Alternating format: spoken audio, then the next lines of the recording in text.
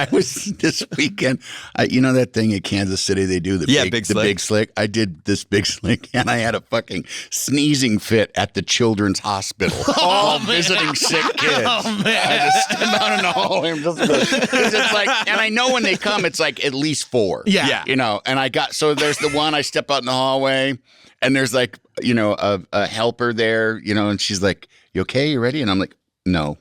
And oh my God, 5 of them. I'm a multiple like a kid hooked up to machines. He's like, I thought I was gonna be Andy Richter. God bless you, Andy Richter. No, listen. No, God bless you, God little bless Mikey. you, little.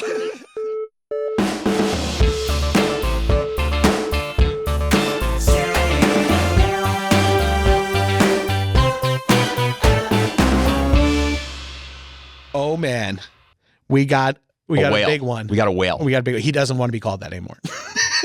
All right, no problem. We got a bull. We got a real bull in the net. We got a real bull in the net. We're reeling in a big one today. An ahi tuna. And a guy, Andy Richter. Let's just say his name so I don't have to keep Andy Richter. A dude who we've been watching on TV since we were... The quickest draw in the West, I would say. Is legendary improviser. The Conan show was so important to me growing up. Insanely funny. Yeah. I met Andy 15 years ago when he was on Happy Endings. And he was there because our head writer, Jonathan Groff, who's a legend, was the first showrunner head writer of the Conan show. And I think that I was so excited I could not control myself that day when I met Andy. And I was recounting bits to him. And I think that kept me in his good graces for a long time.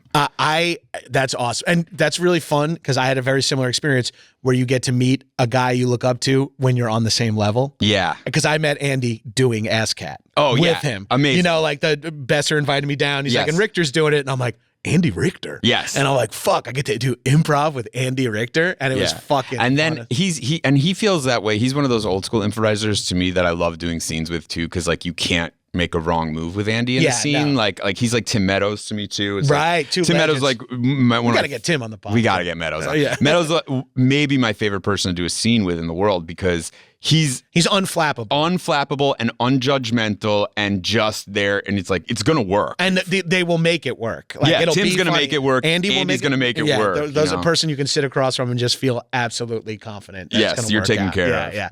And sometimes you have a little bit of a fear with these veteran, funny guys that you are going to ruin it for them. Right. And we're confident, good improvisers, but you'll go I hope they don't hate working with me. But Andy will never let you feel that way. No, because he's just glad he's a legit sweet guy. He's glad you're doing something, too. He might bring up being Midwestern. I bet he does. I bet that almost defines him. Well, it's only one way to find out. Ladies and gentlemen. Richter. Richter, we have even you host a podcast called 3 Questions. Yes, I do. We really only even ask one question on this podcast. Wow. Yeah. And that question, we're going to kick it off right now with, what do you do to stay alive? Oh, my God.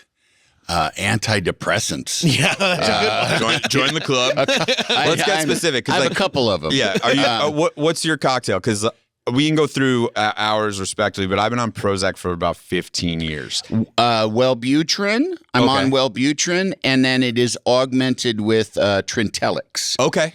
And I don't even remember. There was one called Vibrid that was added in, and then I've been on them for so long that I don't even remember what was the problem. Right. The only specific, I think sometimes the efficacy just kind of stopped, but there was definitely one time where, and I can't even remember which one it was on.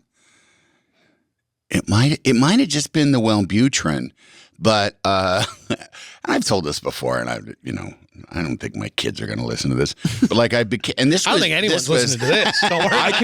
I can promise you, no one is listening to this. But it was I bet you it was probably almost 15 years ago, and I just became, and I was never a real performer, but just became a premature ejaculator. Yeah. Like just kind of seemingly. With your wife? Yes, like I out was of the born blue. one. Yeah. Yeah. Yeah, I know, yeah. And I mean, and like I say, it wasn't, but it was just like, and I, of course, as I'm wont to do, if there's something physically wrong, I immediately think, well, it's my fault.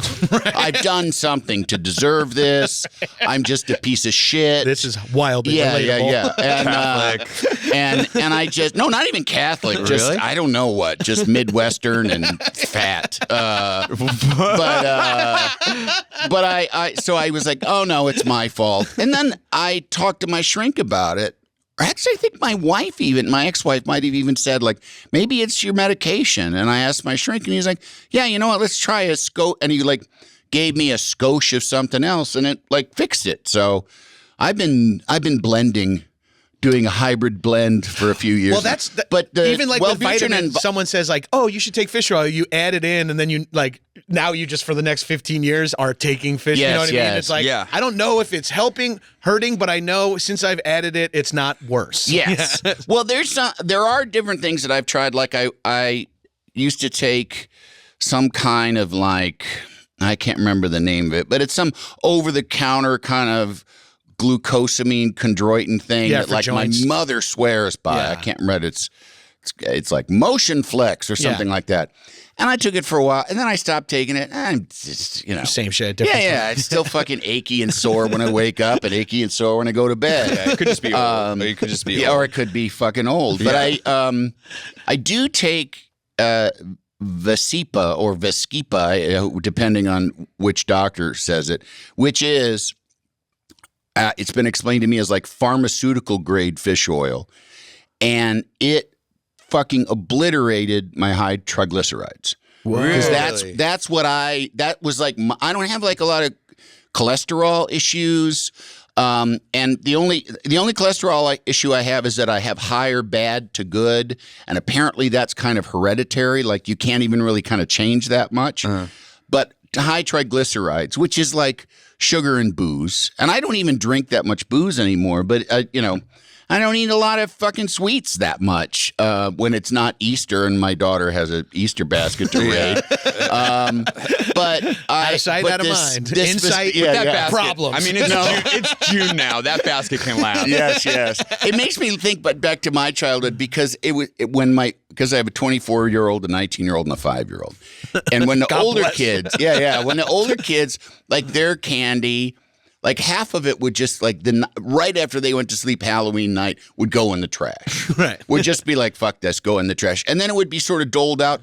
But even then, like 2 months later sometimes up in the cupboard where the candy would like there'd be like 2-month-old Halloween candy because they just kind of forgot about it.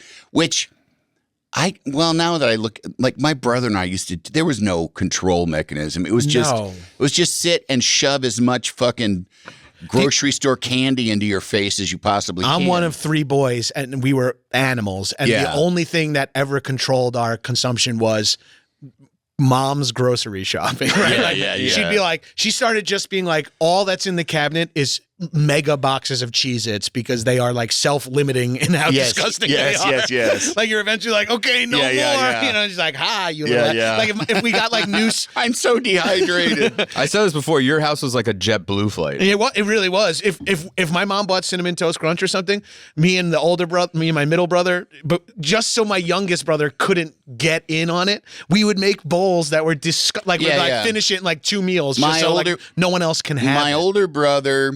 He's a very large man. He's like 6'6". Jesus. And now he's sort of more my build, but he was more slight when he was younger and played basketball through junior college.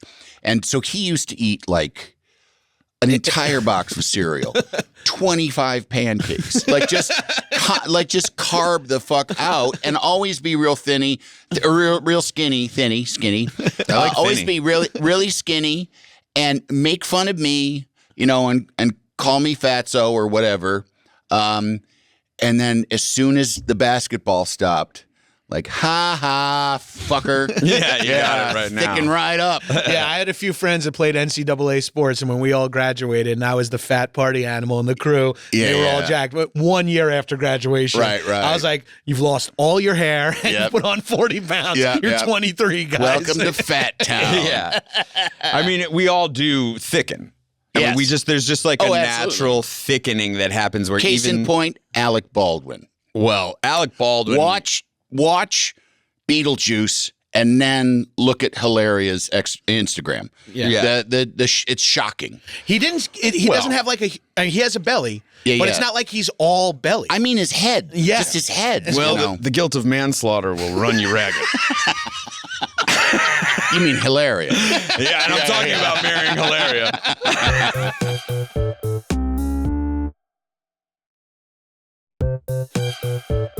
So, what's your relationship with exercise? Are you It's terrible. Really? Terrible. Yeah, I mean, I like walking, I like riding bikes, I like, although I haven't done it in a long time, but I used to play tennis. And if people play basketball, I would kind of like that. I like playing softball. But I just don't. You don't make the time for it. Yeah, it doesn't have a place in my life anymore. And also, my knees are terrible, so I stopped playing tennis because it was just so hard on my knees. And I found when I stopped playing tennis, I didn't have to think, oh shit, I'm 6 months away from getting a knee replacement. Yeah, right. And I always think personally, I'm one injury away from cardiac arrest. Yes. Because it won't be like the injury that gets me, but it'll be what happens 6 months after when I'm like, well, I guess I can't run. So that's now on my mind so much because I'm like just on the precipice of being disgustingly unhealthy. And I'm like, if I like hurt my leg and I'm laid up for 6 weeks, I'm fucking like. Well, yeah, because then forget that. Because I exercise to eat and drink. That's the only reason I go to the gym is because like in my head, there's a weird like justification of the behavior. So it's like I can eat whatever and drink whatever because I'm putting in the time. But if that were to go away, I doubt the other behavior would change. Yeah. I feel like that would just well, now I'm not exercising. Better not drink. Yeah, I feel like that's not going to happen. It would just take up more. It'd be like, well, it's 3 PM and I'm not going to exercise. I might as well drink. And I'm sitting here with my crutches. Fucking smash a few burpees. Yeah. And I for the longest time, and I mean when I was gainfully employed, I had a trainer, and that was the system that worked for me because I was spending some money, and it's like, hey, I'm fucking paying for this responsibility, and also there was another human being waiting for me that and who you didn't want to let down. I didn't want to let them down. Midwestern. Whereas like letting myself down, like fuck that guy. Yeah. That fucking guy. I know what he's about. I'm not gonna fucking worry about him. You truly care more about someone else's day than your own. Absolutely. Agreed. 100%. And I also too, and like because I also, like I've been on, like I've said, antidepressants for years and years, and really, I mean, I wish there was a better phrase than struggled with depression. But I mean, I've been fucking sad for a long, long time. Yeah. And I had this kind of amorphous sadness that was following me around forever. So the notion of exercise, like I liked core strength kind of training, but like cardio, fucking loathe it. Fucking loathe it. And feel like there's just something so existentially sad about staying in one place, hamster on a wheel, and hamster on a wheel or on some sort of like elliptical machine, and just thinking of all the thousands of people just standing in one place, just moving.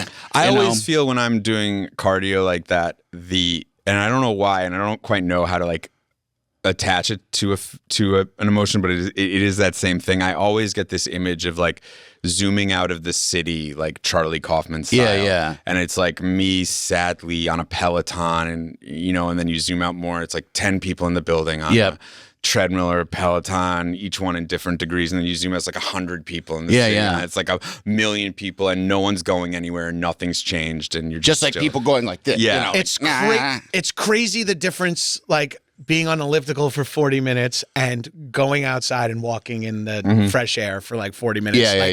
The latter feels like a treat.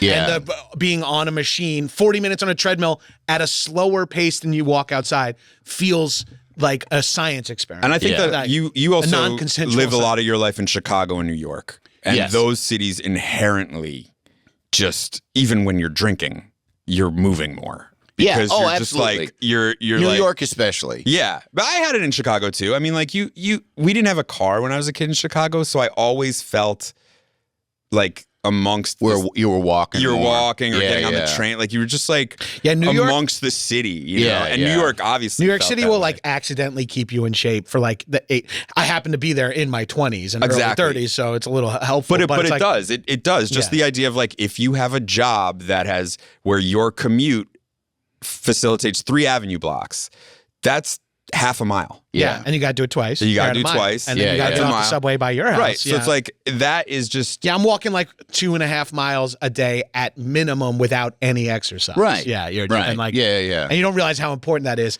And trying to inject that into my LA life in the last few years has been really difficult. I have to make a I bought like a special sling for a Yeti so I could put like cold brew in a straw and have my morning coffee like on a walk. Wow. But then I get like a half mile away from my house and I have to absolutely shit. I'm kind of like, well, then it's just you get a tube at the other end too. Hook it up to a different band. Don't confuse those Yetis. Oh boy. Oops, wrong straw. The shitty Yeti. Well, and also too in New York, you are distracted while you're walking. There's nothing to fucking look at here. Most of the places where you're walking looks here, the same. It's tedious, and it's honest. Honestly, I feel like as a pedestrian in around cars, it's more dangerous here because nobody's looking out for you. No, way more dangerous. There's no place to walk. I have there. How many times I've like almost hit somebody because you're just not. I don't expect there to be somebody walking on Wilshire Boulevard. You know? Oh yeah.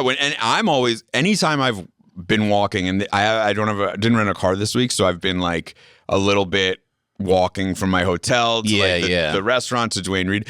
I always am like thinking in my head, what friend or who am I going to see that's going to roll down their window and yell at me? Right. Like for walking. Yeah. You know, because, and it's not like that's an isolated incident. That has happened to me so many times in Los Angeles where someone will be like, don't you have a car? You know, and it's like, it'll be your friend or something, you know, and you're like, I don't know, I was just walking. Like, the Los Angeles thing, too, is like, instead of walking around your neighborhood, you go on a hike. Right. But going on a hike also means you have to hear how your friend's script hasn't been read by his agent yet. Like, this is fucking annoying, too. But, the notion of like going on a hike with someone, like, no, I don't need people to not be able to notice that I can't speak. Yeah. You know? Our future guest of the pod, Pat Walsh, I go on a hike with him every week. And there's a point in the hike at Griffith where I go like, okay, man, if you have a story, start it now. Because I can't. I'm going to just be listening. Yeah. I'm not talking and right now. And then at the end of the hike, we both just kind of like say goodbye and go nowhere near each other because we're like absolutely. But that's good. drenched. That means that you both have an understanding that this is exercise and not socializing. Right. Because getting asked on a hike where it's going to be a conversation to me, and I don't know you that. go with like 3 fit guys, and they're like, we always do this route. Yeah. And they're like, because like you show up with like you know, you're in basketball with shorts. your like fanny pack that has an eighth in it, and you know what I mean. And then like, you we like ripping balls at the top or at the it's bottom. like you want, and then they're like, all right, 15 minutes to the top. You're like, shit, wrong friend group. Fuck that up. Yeah, we got to hike more together. I gotta call Gabrus. I was on a podcast. This guy, he was a very nice guy, but he was starting this podcast about like taking a walk with somebody. Alan McLeod. Yeah. And he was like, let's walk from the bottom of Griffith Park to the observatory. I was like, no fucking way. No. Yeah. He's like, it looks like it should only take about a half an hour. And I'm like, if you wanted me to die, maybe. How about we take a car up? Exactly. Skateboard down. Yeah. And you can carry me down. A couple days I'm like ago, a bulldog on a skateboard wearing sunglasses on all fours. Have you done a bit recently? I did a bit on stage recently where I was like high energy and in the bit got lightheaded and was like, oh my God, I'm gonna die. I'm gonna faint. I got out of breath in an improv show doing like a guy who kept falling. Right. You know, I just was like, I'm getting fucking beat. And they were like, are you okay, sir? And I was like, I'm actually really okay. Yeah, I'm fine. In character being like, thank God the character should be out of breath. because I'm going to fucking pass I did out. this bit that was like a long build up where nothing happens. And then music kicks in and I do this like really high energy dance. It's like the gist of the bit. And I did it and went off stage, and like as I was walking off stage, I was like, holy shit, like really, and I was sweating, like profusely sweating, like so much. And then I was like, got to that physical place where I was like, I can't catch my breath, like, oh my God. And then I had to sit down in the green room and take my shirt off and just like sweat on the ground, thinking I was recover. Yeah. And then I had to shit immediately. Your body was in full fight or flight. And I went and I took like the worst shit I had ever taken in a green room. Never shit in a green room. Get nude, like just to yes, it was just like because it was sweaty, it was awful, and I was like sitting like 43-year-old man sweating naked, shitting in the UCB green room in New York. I was like, this is hell. I'm never leaving my house again. Meanwhile, people are like knocking. There's only one bathroom, and you're like, oh, you don't want to come in here. Yeah. That new UCB green room bathroom too at the 14th Street one is like upstairs in like a janitor's closet. It's a janitor. It is a janitor's there's closet. like stacks of paper towels on a shelf. Thank God. Yeah. I needed all of them.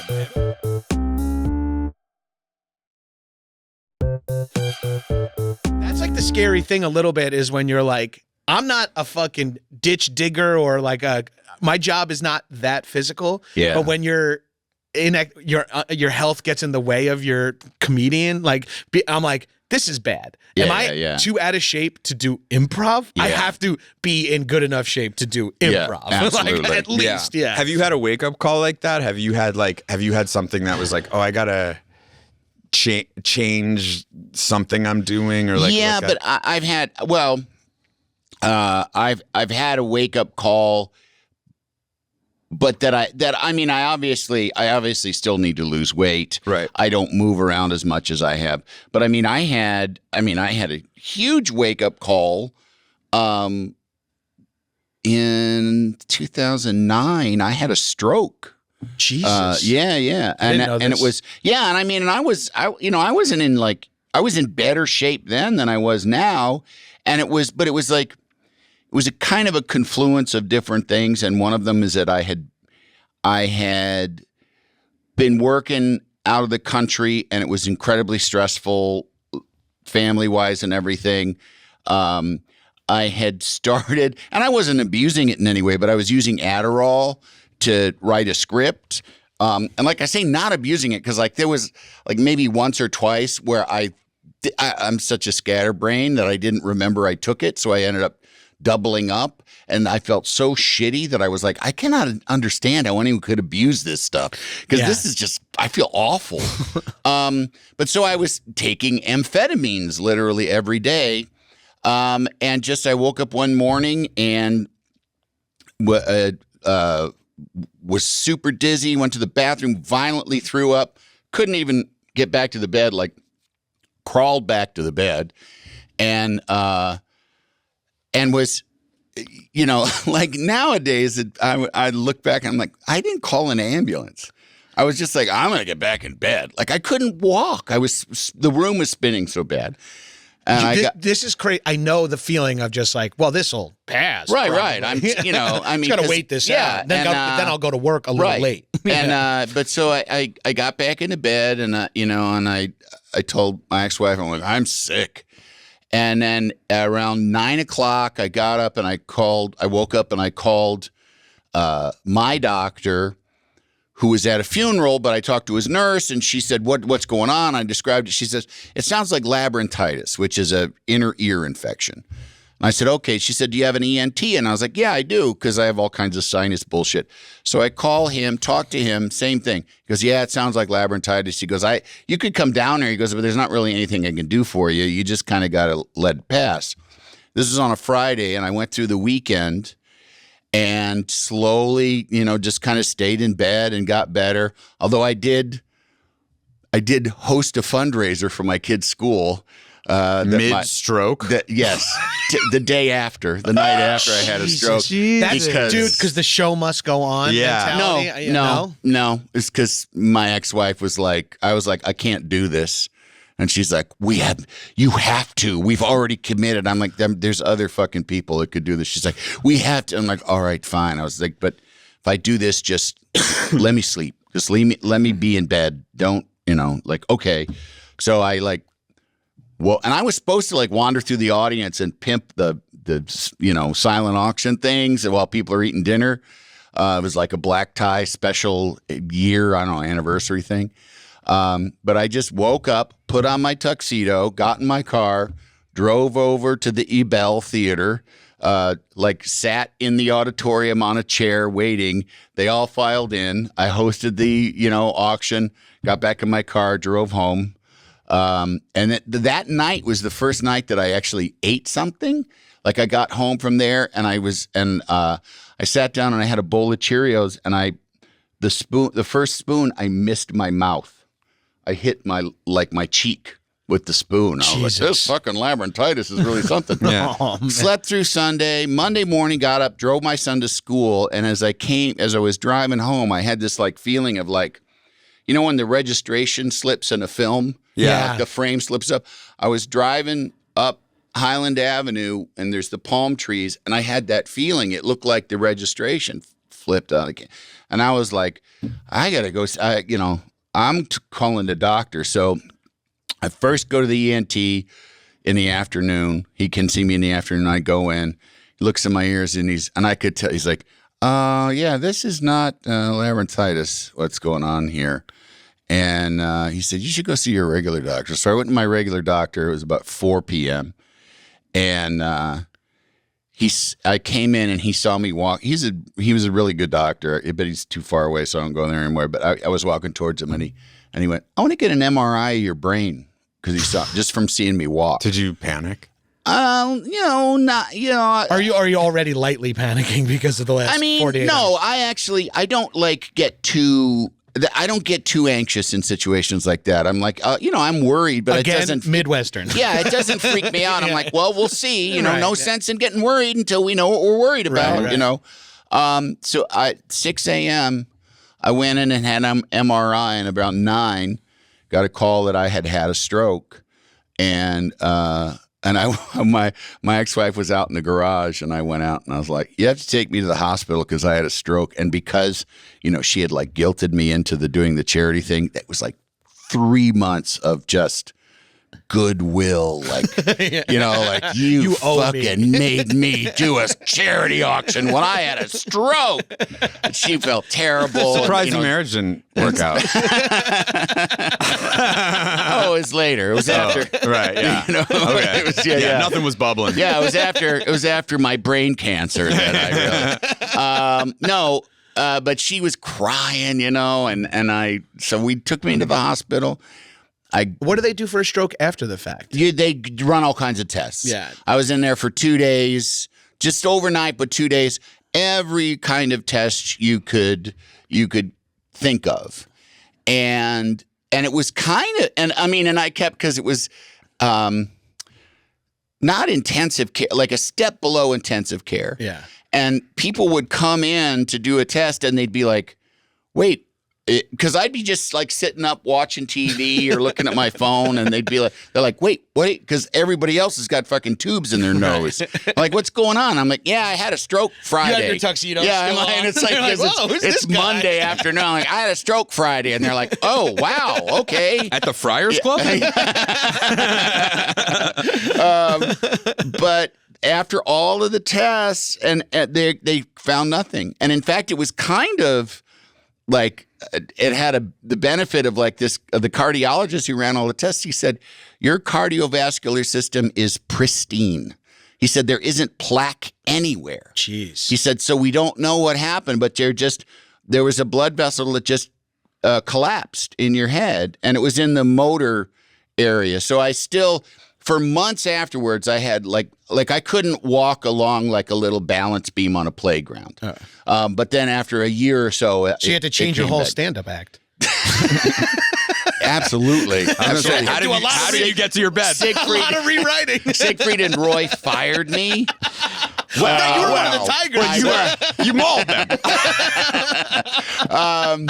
But then they did further sort of outpatient tests over the next couple months. And then I got a sleep study, and I had sleep apnea so bad that I was stopping sleeping for over a minute like 60 times a night. So I just was like being every time I fell asleep, I was being terribly oxygen deprived. And they can't say that's why you had a stroke, but they're kind of like, this set up a stroke-like environment. This is very bad, and this can cause stroke, but they can't really say that. So you're PAPing these days. So I've been on a CPAP since 2019, and for a moment, I mean that is one thing, because like I have relatives that are supposed to sleep with them, and they're like, I don't like it, and having had a stroke with it, that was an area where it was like, I'm not fucking around with it. I have to wear this thing. And also, too, my quality of life was so much better. Once the CPAP was? Yeah, I wasn't like, if I had to sit in afternoon traffic, I would fall asleep at the wheel, like really struggle with it. Right, because you're barely sleeping the night before. Yeah, or go to any meeting or any doctor's office and have to sit for 10 minutes. I'd be out just sitting there because I was so sleep deprived. Jesus. So it made a huge difference in just like how I felt. And so like for the wake up, like, I continued to exercise and stuff, but like in terms of the weight loss, which is the main thing, I kind of watch it. I'm not like a monster of just like where it's just cheeseburgers all the time.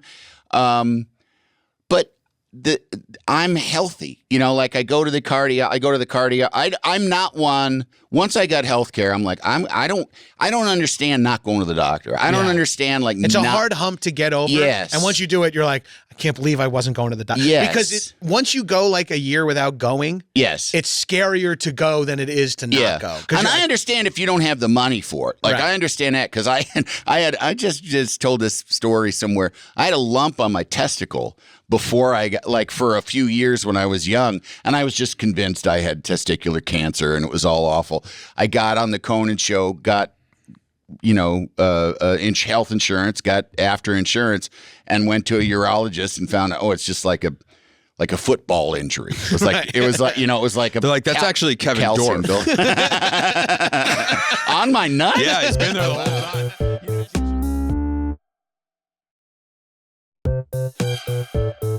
You are the father of a young baby, a 5-year-old. A 5-year-old. Yeah, I have an 8-year-old who was 5 once, and then I have older kids who are also 5 once. But like, how is that? Are you tired, or are you finding that it's like, because there's a gap between your older kids and this one, that you're reinvigorated? I honestly, and I don't mean to be like Pollyanna, but like I really like being a dad, and I need structure, and am terrible at finding my own, because that's like because my wife and I very soon it'll be 2 years that we've been married. We've been together about 4. She's my adopted daughter. She was not yet 2 when I met my wife. And people treated me as a man in my now late 50s as like me willfully taking on the responsibility of raising a toddler again after having 2 older kids. Like I was doing something heroic. And which is like silly. It's like, well, first of all, I'm the dad. It's the mom that the mom does. I'm still a sidekick hero. Right, exactly. I'm at best Robin. Yes. I'm still traveling for work. Right. And but what I felt was like nobody understands it. Like I have gotten another like 14 to 15 years of not having to make a decision about what I'm going to do.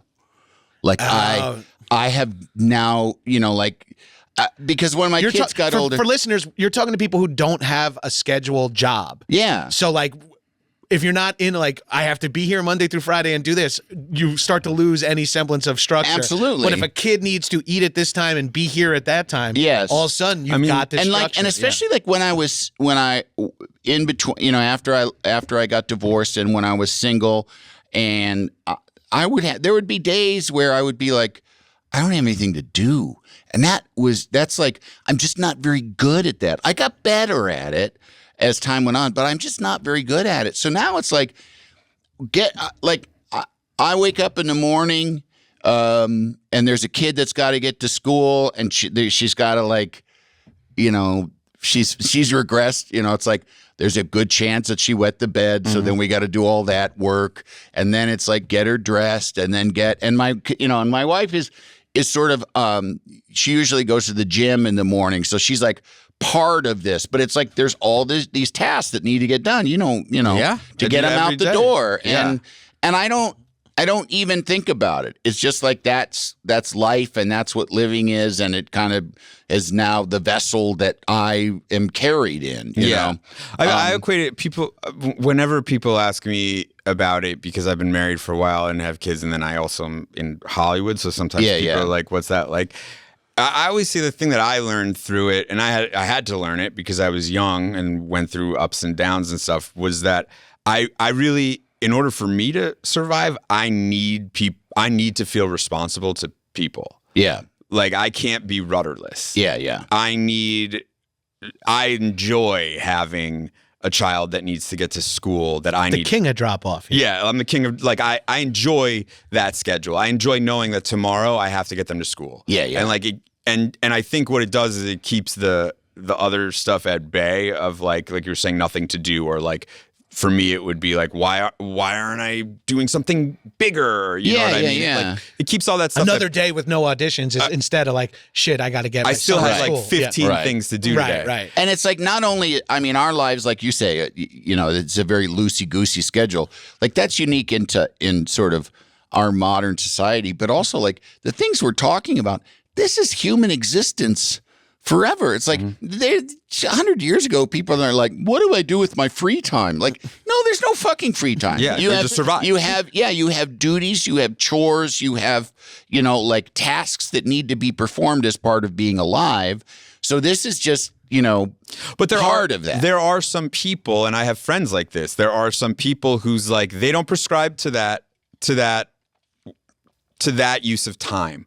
Like their use of time is their own. Yeah. And that's how they go through the world. And you could say like maybe they lack empathy, or maybe they're narcissists, or maybe they're just different. Yeah. But like I do have people in my life also who like they just float. Yeah. And they've always just floated, and they're just gonna float. Yeah. And like that's okay. Yep. But I don't have any official like family responsibilities. But you do. But my schedule is full. Like do. I seek out like But you're also attached to your family, your brother. We're making plans. Like I gotta be here for my brother. Yeah. Like there are people who that doesn't matter. Right. It's not about relationship or child. Yeah. It's just about what I'm doing is the schedule. Yep. And I feel like when you get into that, that's when most times those people are like assholes. Most times. Well, there's a lot of people choose not to have kids, and that's fine too. I can understand that intellectually. I cannot relate to it. Right. I cannot. There definitely was a point in my life, and I had my first kid when I was 27. So that's young. Yeah. Late for normal people. Yeah. Late for normal people, 27. young for Hollywood. Yeah. And I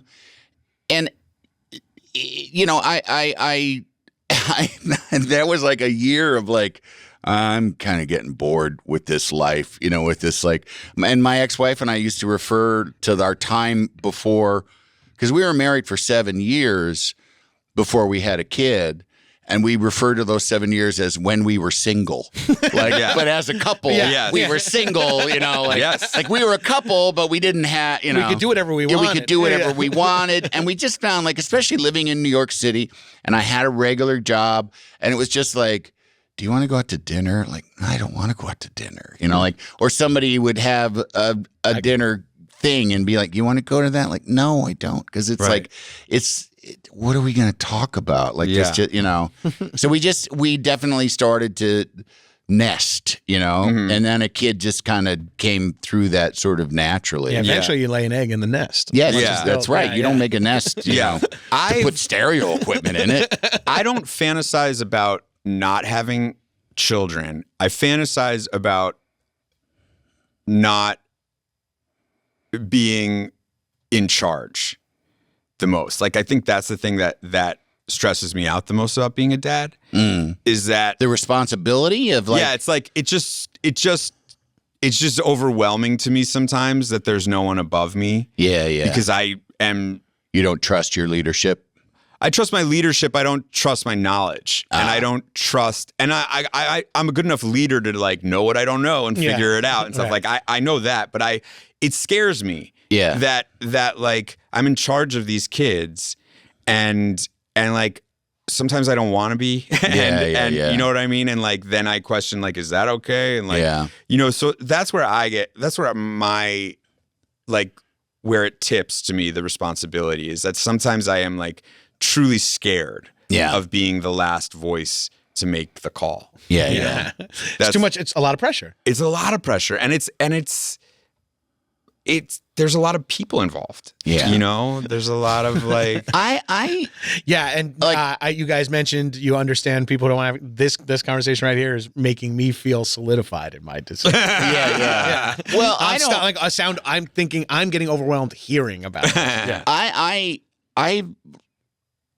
and it's not any sort of like conscious philosophy that I have, but I have a name for it, which is just I'm a relativist, which is it's just like it's just been a lifetime of like, look, if that fucking guy can do it, I can fucking do it. Yeah, and everybody has with that. Parenting, it's that way. It's like, oh my God, the fucking absolute mouth breathing morons have children that like get to an adult age where they're taxpayers and they vote and or I always think to myself, car. My parents were parents. Yeah. That was fucking crazy. My daughter's 19. She still doesn't have her driver's license, and I'm always telling her, absolute morons drive cars.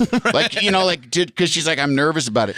I was like, no, you're like. That should make you more afraid that there are morons on the road, though. But you're an incredibly capable person. Right. Like the reason to be insecure about this thing that is like such a base level adult behavior, you can do it, Yeah. And with parenting, it's definitely, you definitely, there's mistakes that you make and I found, and I also too, like I used to think like, oh, I have very few regrets. And as I've gotten older, I found like, no, there's a few things I regret. And there's things I regret about parenting, but it's usually like, it's stuff like I feel like my kids, not that they're like coddled or something, but just like, I had a paper route when I was like 12 years old, and if you count that as work, I have worked since that point. Yeah. I've had jobs 40-something years of work, and I've just always worked. And my kids just don't know that kind of like, well, if you want to buy stuff, you got to get a job at the the grocery store or a paper route, and they don't know that. But they also, they're also like much better students than I was. Yeah, there's a trade-off. They have a lot more knowledge of just general stuff than I do.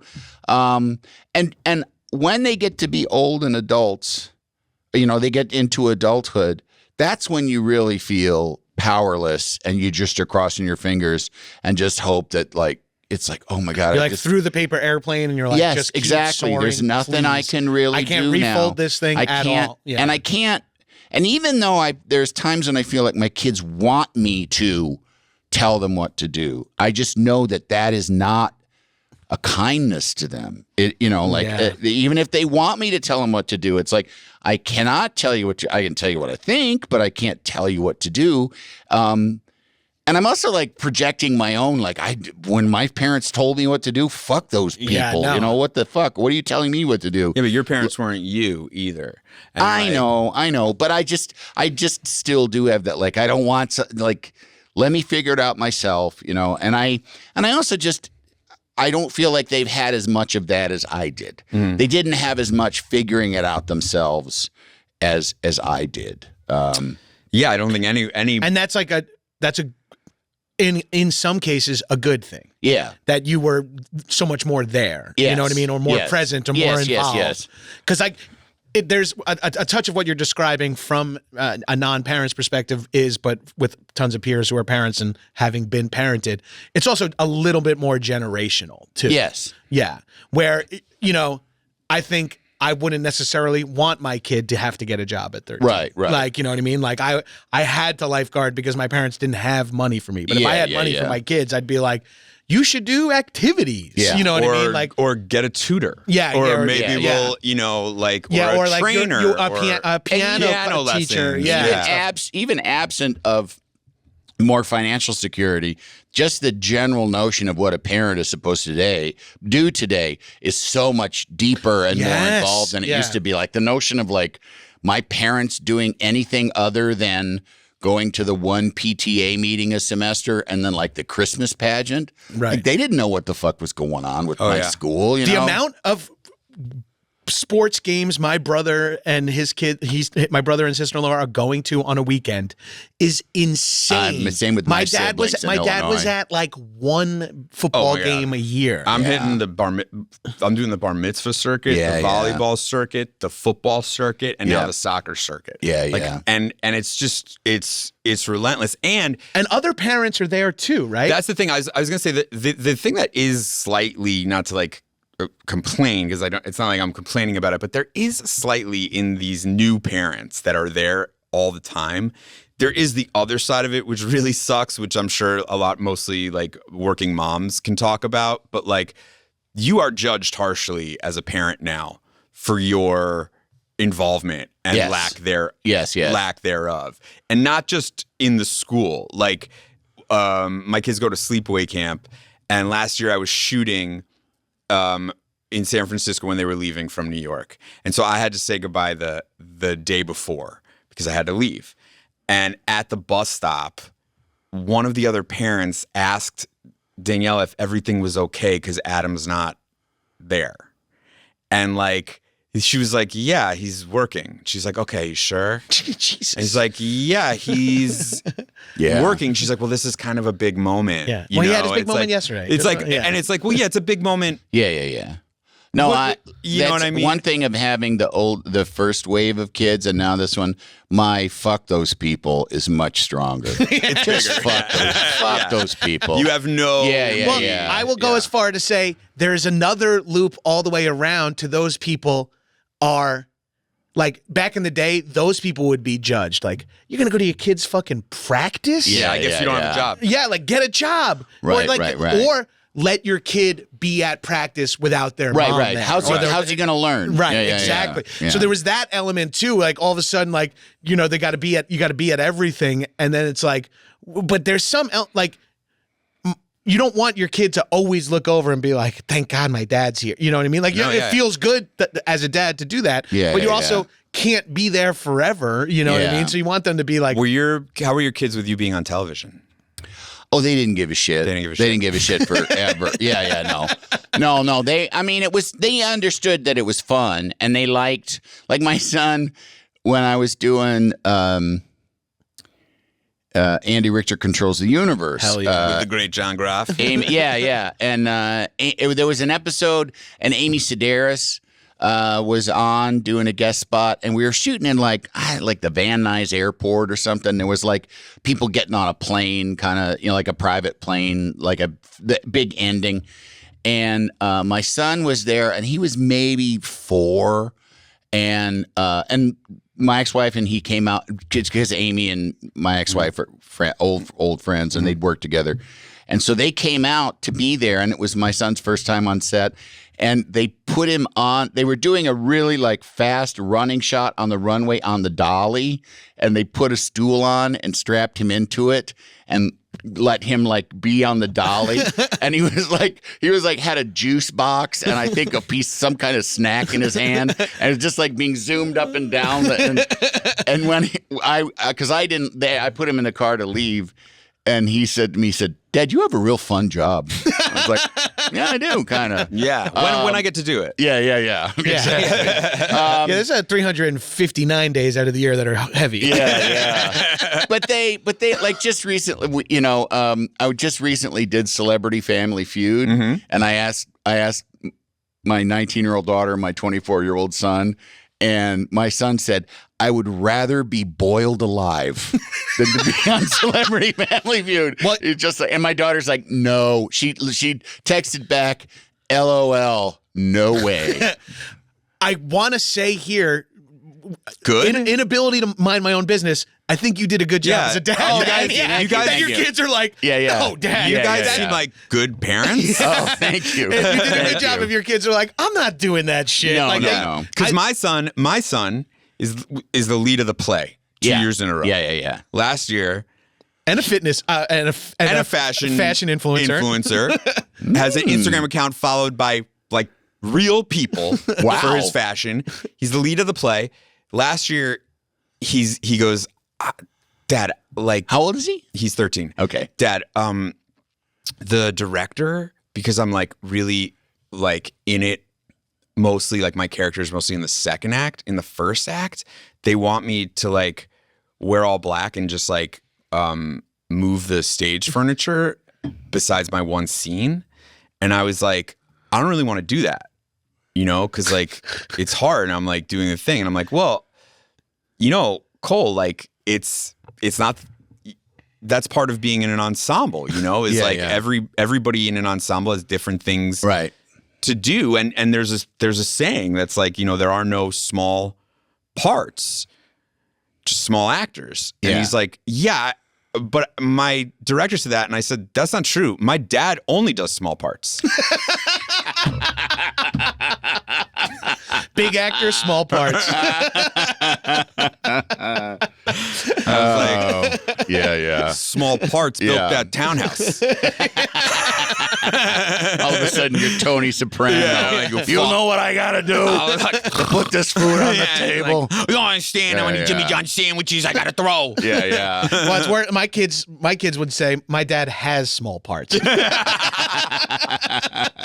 My mommy says my dad has small parts. Although now that they're older too, like my daughter, and I this was really sweet. She told me, and because and then their relationship to the Conan show would be like to be dropped off at dad's work because mom's doing something else, and he'll and I got to be dropped off at dad's work, and then he'll drive me home because otherwise no one's at home. One's at home.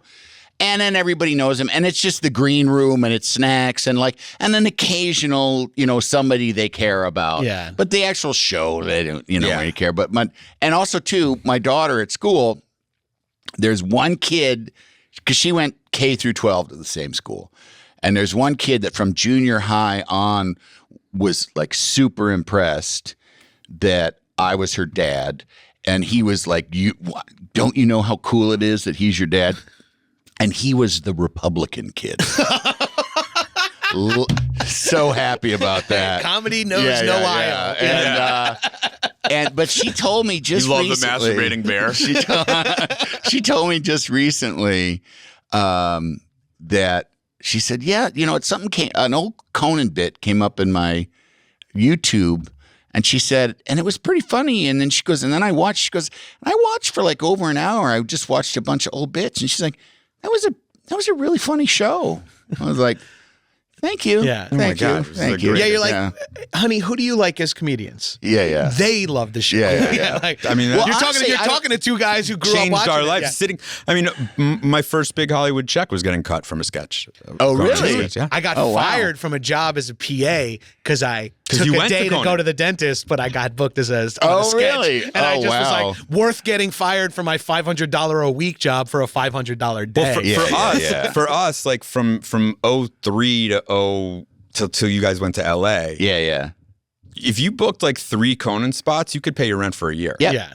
Wow, really? Yeah. Just shit spots? Shit rent. And then you get residuals again. And then they were playing on Comedy Central for a little. So you'd get like that kick the out double too. kick out again. And it really would like, just getting like, I think it was like at the time, $450 a day. Like you get it for the sketch.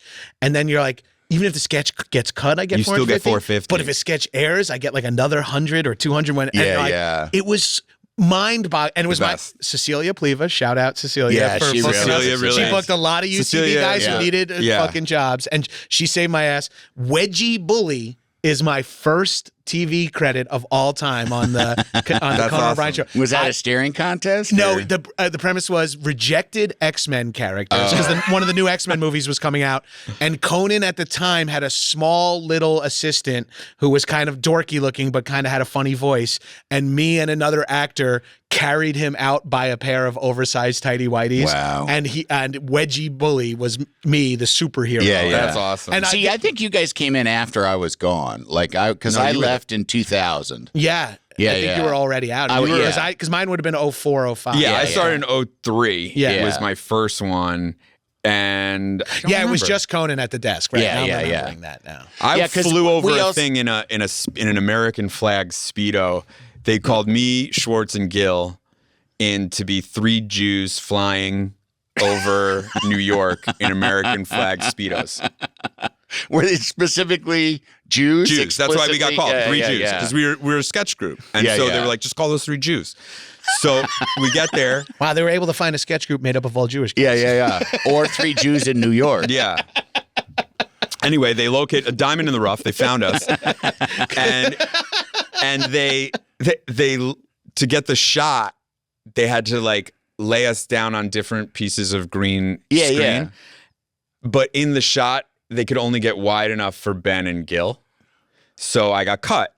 But I came with them, and we were like in the sketch group. So I sat and waited in the hallway in my Speedo while they filmed they filmed their thing. Yeah. And I was still so psyched because I got $450. Yeah, you got paid. Yeah. But it was the first time seeing, like, also the carpet in the elevator, and like, you know what I mean? There's Just my like, first time at 30 Rock. my Yeah. mind was blown. Yeah. out. I remember people coming in and like just like giving them a line. You know, because it means another, it means another few $100. Well, Polar. I you mean, know? like, Polar was Conan's little sister. Andy's little sister. Your little sister. Yeah, my little Yeah. sister. Yeah. And Jack, too. I feel like Jack was Jack like did a bunch of stuff. always Yeah, running yeah. around. I Yeah. mean, it was like, that was the hope that he would be. and it was like Rob Riggle and Andy Daly and Besser and Charlie Walsh Sanders did like 100. Sanders did a bunch. Yeah. Moynihan Yeah. would be up. Yeah, no, it was.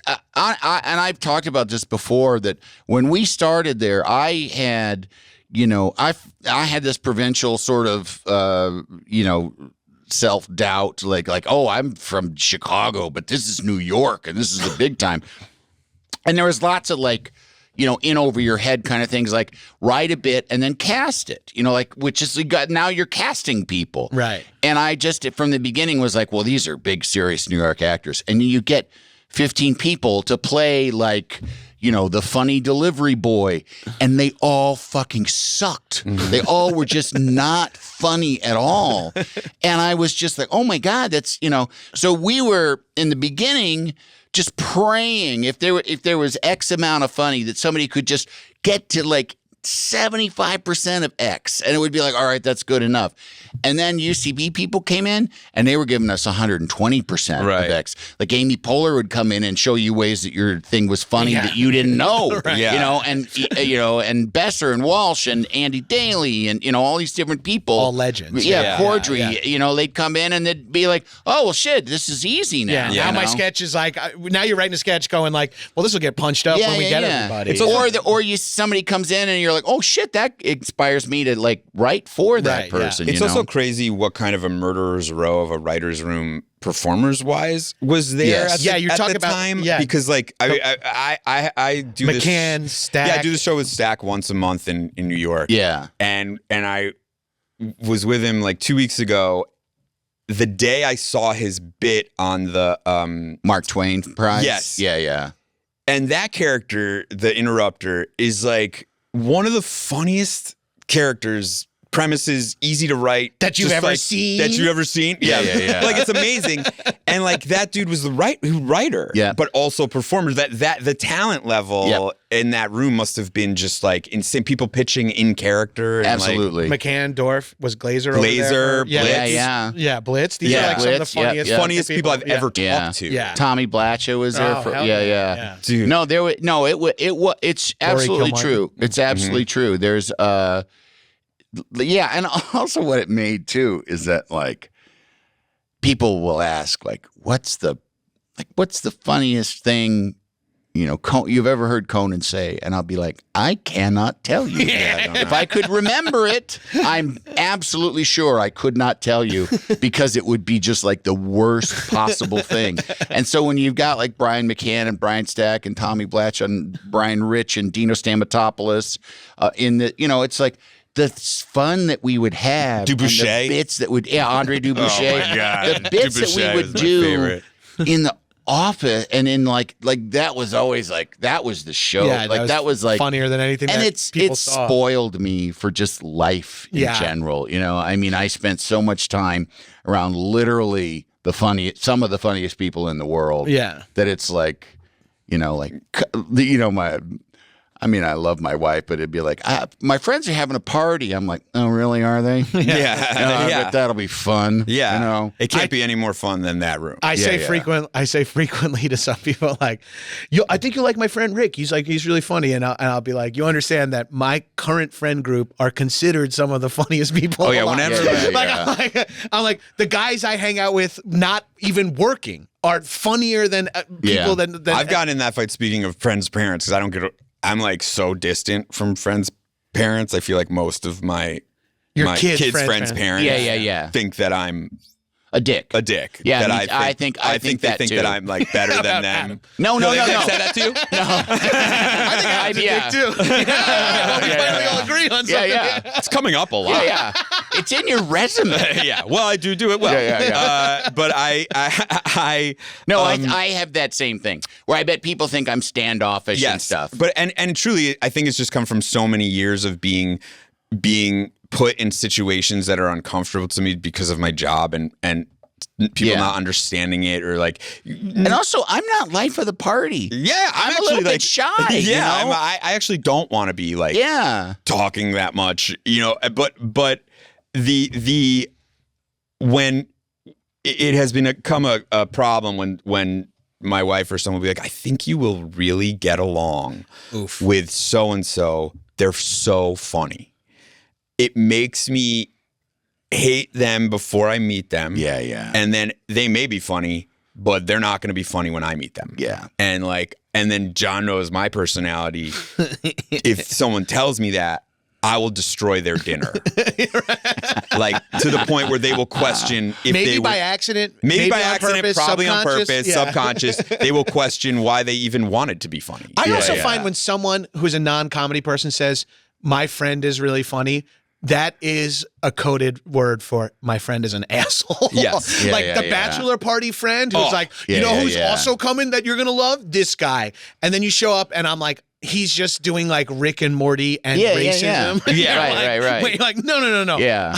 I'm actually funny. Yeah. This guy is he just can't shut up. Yeah. This guy just talks more than you do. Yeah. When I have a job, when I have a job and whether it be in the writer's room or on set, and I know where I'm going to be tomorrow and at what time, I sleep a lot better. Yeah. And I feel like that, because the last couple of years have been so crazy. Yeah. I feel like that's contributing a lot to mine. Do you feel like that? Do you ever get like that? Yes. I am pretty good at compartmentalizing though. And I do have, and also having a little kid keeps you busy. Yeah. It's another, it's like, that's another component I'm sure of being drop-off dad is that it's like, that's my job. That's where I have to be. 3 hours of not thinking about it. And I don't have to think about it. And I feel good and I get them something to eat. I'm good at it. Doing something. And also, too, that's the thing about raising kids, too, is you're never going to do anything more important. No. You could be in a movie with fucking Harrison Ford or whatever. It's not as important as I actually drop-off. can't. What'd you do? He copied his earring. Yeah. I grabbed the stick while he was flying that little plane. Well, did you hear when he hurt himself on the Star Wars set? That was you? Yeah. I dropped my vape. And I dropped my vape and he tripped over it. Got his leg caught. He tripped over it trying to get it. Yeah, he thought it was his. Yeah. Vapes. Why does it have to be vapes?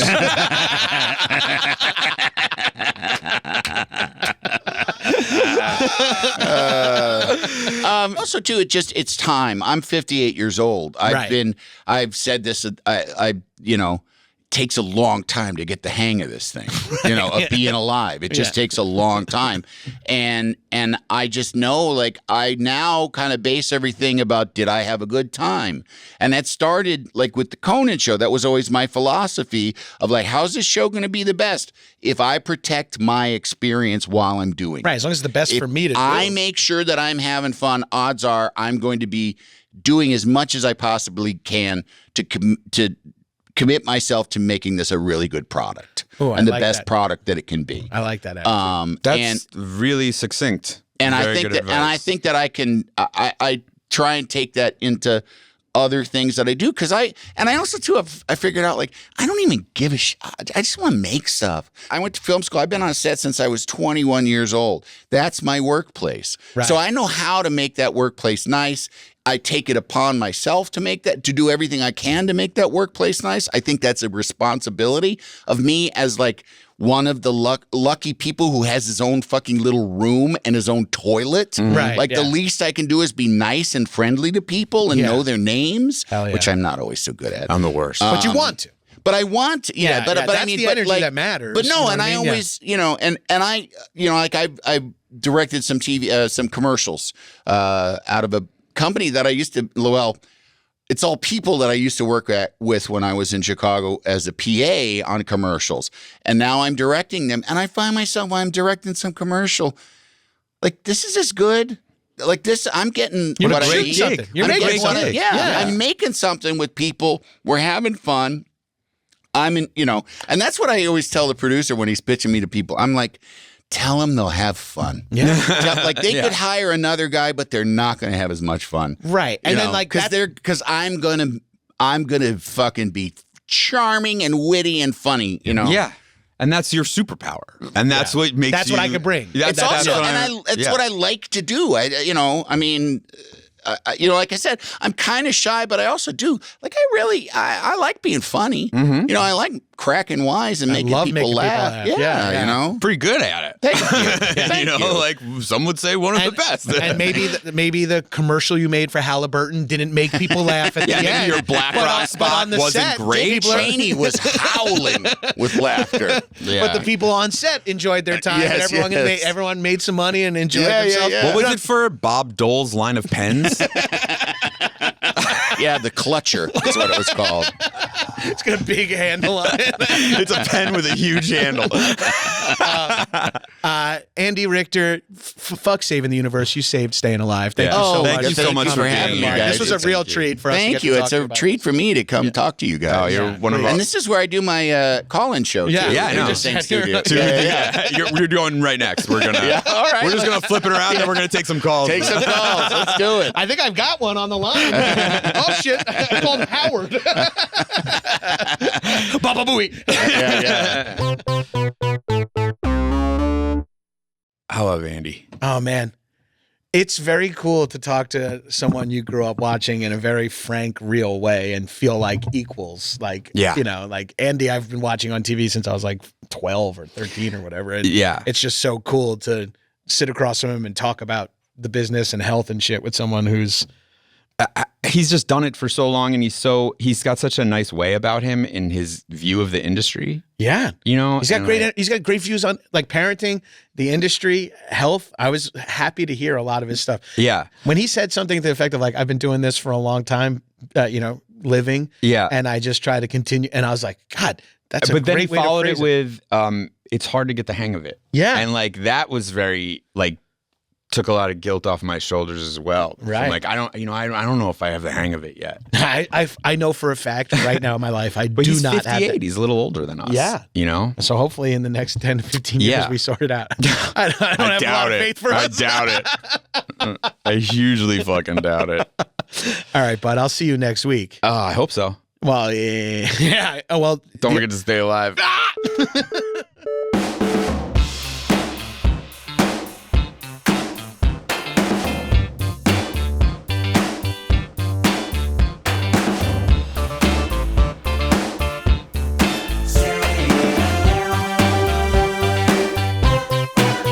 Shout out Neil Casey as the best person to ever have on your tour co when you get in trouble. Neil bailed me out of jail once on a Friday night so that I wouldn't have to stay the weekend by telling the police he was my lawyer. Master improviser can really improvise himself out of any situation. And the thing that I got arrested for, we were doing together. What was it? Drugs. Oh, drugs.